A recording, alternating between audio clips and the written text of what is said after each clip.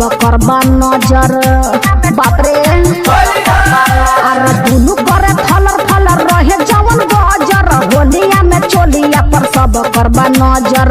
पूछला ना कबो डाली हो क्या में देला तो डाल हाथ हरदम ये में नाही बुझे देवर जी काहे कवनो बात। अरे यार देवर जी बात समझिए ना। अरे नहीं समझेंगे तो क्या करेंगे। अरे नहीं मुंह महक रहा है हटिए। अरे रजनीगंधा तुलसी न है। रजनीगंधा है बोका लेकर बसा रहे हैं। अब भौजी के लाएंगे जिंदाबाद जिंदाबाद जिंदाबाद। अब भौजी के भतरा जिंदाबाद जिंदाबाद जिंदाबाद।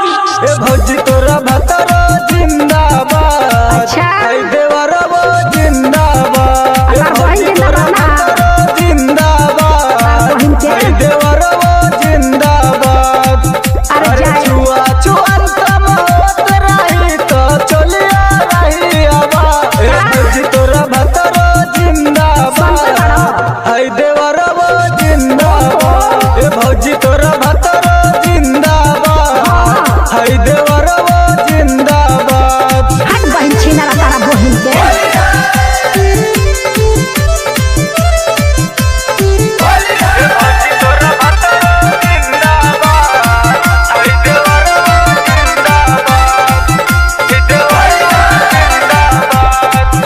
भर कहनी तो भतरो बारूसल सारा फागुन चोलिया में लागे बाटे घुसल।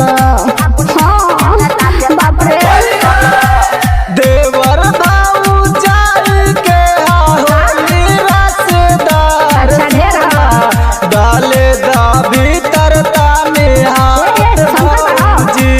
ना ना मजा नहीं ले का तू नैहर में मार बोला।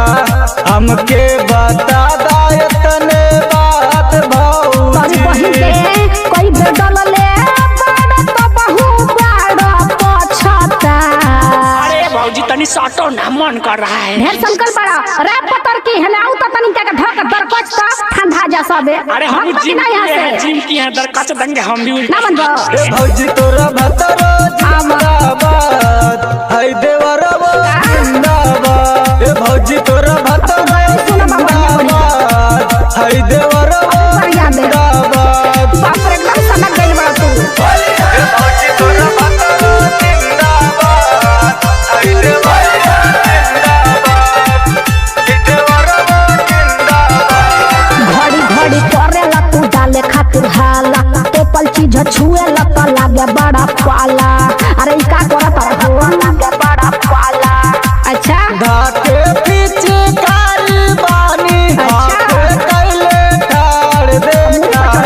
रंग ना लइका लेखा गाल भौजी।